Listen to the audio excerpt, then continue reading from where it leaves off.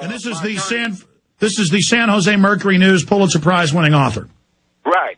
And what we did when we were going to trial, Gary sat right on the first row, and whenever my lawyer would need a question, he would always walk back to Gary and ask me, what should I ask him? And then Gary would give him names and you know, times and dates and all this stuff, and we couldn't believe where all this information was coming from. So Gary made the informant say stuff like Reagan them gave him $18 million to buy medical supplies, and they took it and bought drugs. You know, things of that nature came out in his testimony. So it turns out that Blandon and others were working for the CIA. Absolutely. They're what they call CIA operatives. They're not CIA agents, but they were operatives, meaning that they're on the CIA payroll, but, you know, they don't have green cards, so that they can't officially be CIA agents. And then later, people like Barry Seal, who were operatives, they end up killing them. Absolutely. We're not sure if Blandon's still alive. We don't know where he's at right now.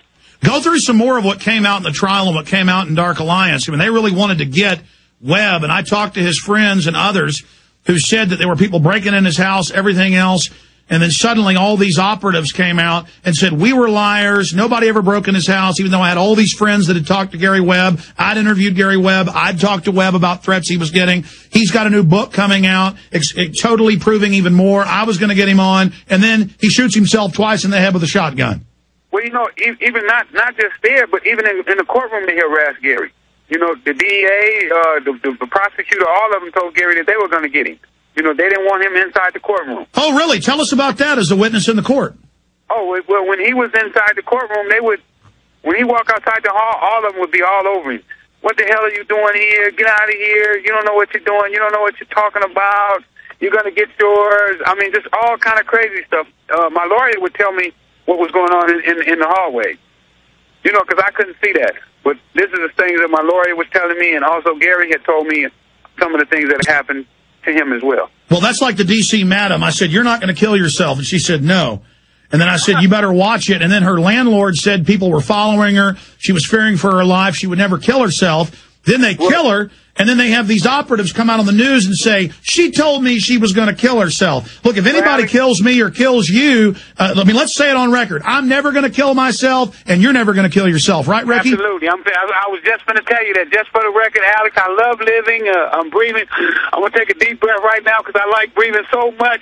I would never kill myself. I don't care. I'd rather go back to prison for life than to be dead. So, I'm never going to kill myself. There's never going to get anything out here that would make me kill myself.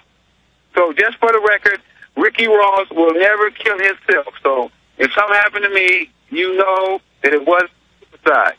And if somebody comes out and says you said you were, they're a liar. Absolutely. You're getting it right here live on the Alex Jones Show that Ricky Ross loves being free. He loves his freedom, and I love working with these children. I'm getting such results that I would never kill myself, and I'm planning on living a long time. Matter of fact, you know, I eat healthy, I drive safe, I wear my seatbelt everywhere I go. I want to be around. So y'all watch out for me. And I want to second all that. In fact, I've even done that myself on air.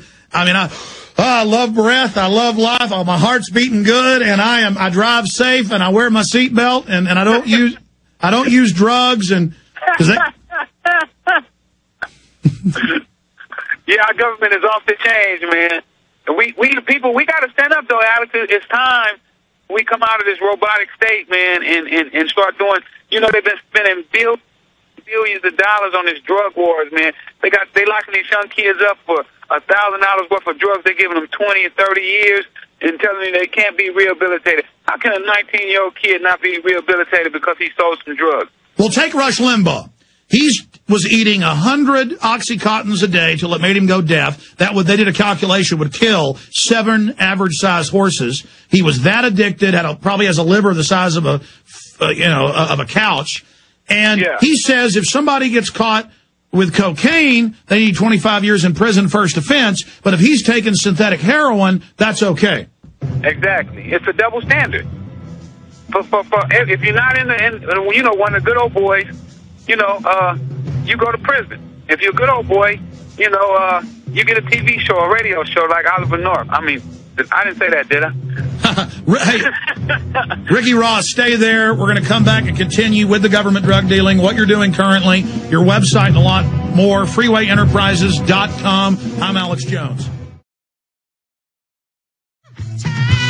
Monday through Friday from 11 a.m. to 3 p.m. Central. We're here live, back Sundays 4 to 6 p.m. The websites are Infowars.com and PrisonPlanet.com. Ricky Ross' website is FreewayEnterprise.com. We'll put that up on screen for PrisonPlanet.tv viewers and radio listeners. We have a link up on our website, PrisonPlanet.com. Ricky, going back, though, to Dark Alliance, the articles, the book, Gary Webb, I mean, all documented. And do you have any doubt that they murdered him? Man, and not in my mind. I'm almost positive that they murdered Gary Webb. I mean, he cut so much stuff out. He made them tell on themselves. The evidence was so clear that, even the CIA admitted that they knew that their operatives were selling drugs in this country. In my situation and said, yeah, we knew that these guys were selling drugs, but we didn't sanction it. And that's when, Congresswoman Waters came back and say, well, you know that it's your job to stop drug dealers from selling drugs in the country, and you turn the blind eye. No doubt. Let's get a little bit more into what happened in your trial, the type of stuff that you, your lawyer, and Gary Webb got to come out. Well, we turn up this kind of information. We thought that was enough to free me from prison. That the CIA knew that their operatives, because what we tried to do is we tried to use the government theory about entrapment against them, that if your operative, somebody that you're paying, is selling drugs, then that's just like you selling drugs. You're connected to this person from the pay, so whatever he does, you're responsible for it.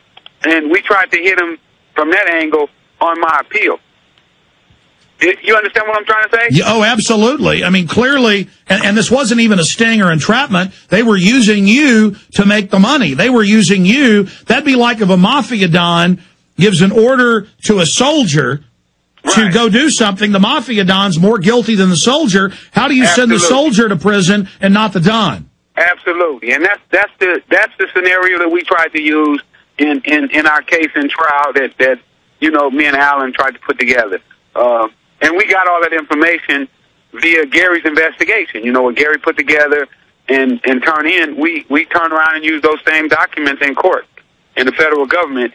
The Ninth Circuit Court of Appeals said, yeah, okay, they were selling drugs, the CIA was involved, but we're not going to excuse Ricky Ross from selling drugs too. Now, a lot of evidence shows you'd gone completely clean, and that they set you up because they didn't want you running around out there because they knew Gary Webb had already been talking to you. Well, you know what? I figured, and like you're saying, they felt that it would be better for me to be in prison, talking about what had happened. It would lessen my credibility. If you got a guy, he's from prison, and he's saying that the CIA is selling drugs, some wacko from prison, saying all this stuff. But if a guy is on the streets saying it, it gives him more credibility. So they felt that it would be much better to have me in prison than to have me out on the street saying the same thing. Is the government putting pressure on you, or have you had any veiled or open threats to keep your mouth shut?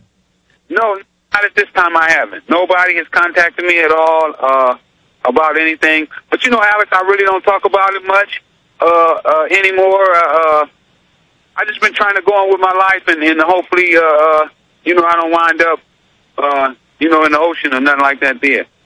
Well, plus it's an open secret. They've had congressional hearings, documentaries, the cover of Esquire, CIA aircraft are always crashing full of drugs. I mean, I guess they just don't even care anymore. Okay, we bring the drugs in, your kids use it, and we put them in prison. Right, the people are not going to do anything. They're under the feeling that we do what we want to do. We lie about whatever we want to lie about, and the people keep on letting us stay in power and keep on collecting all the money. I take my hat off to Gary, for what he did, but I don't know many people that would put their life on the line like Gary did, and knowing that, nothing's going to change, that our people are going to continuously allow our elected officials to continue running mockery of our country. And he had a new book coming out with even more damning evidence. And now that book didn't get published because they shot him twice in the head with a shotgun.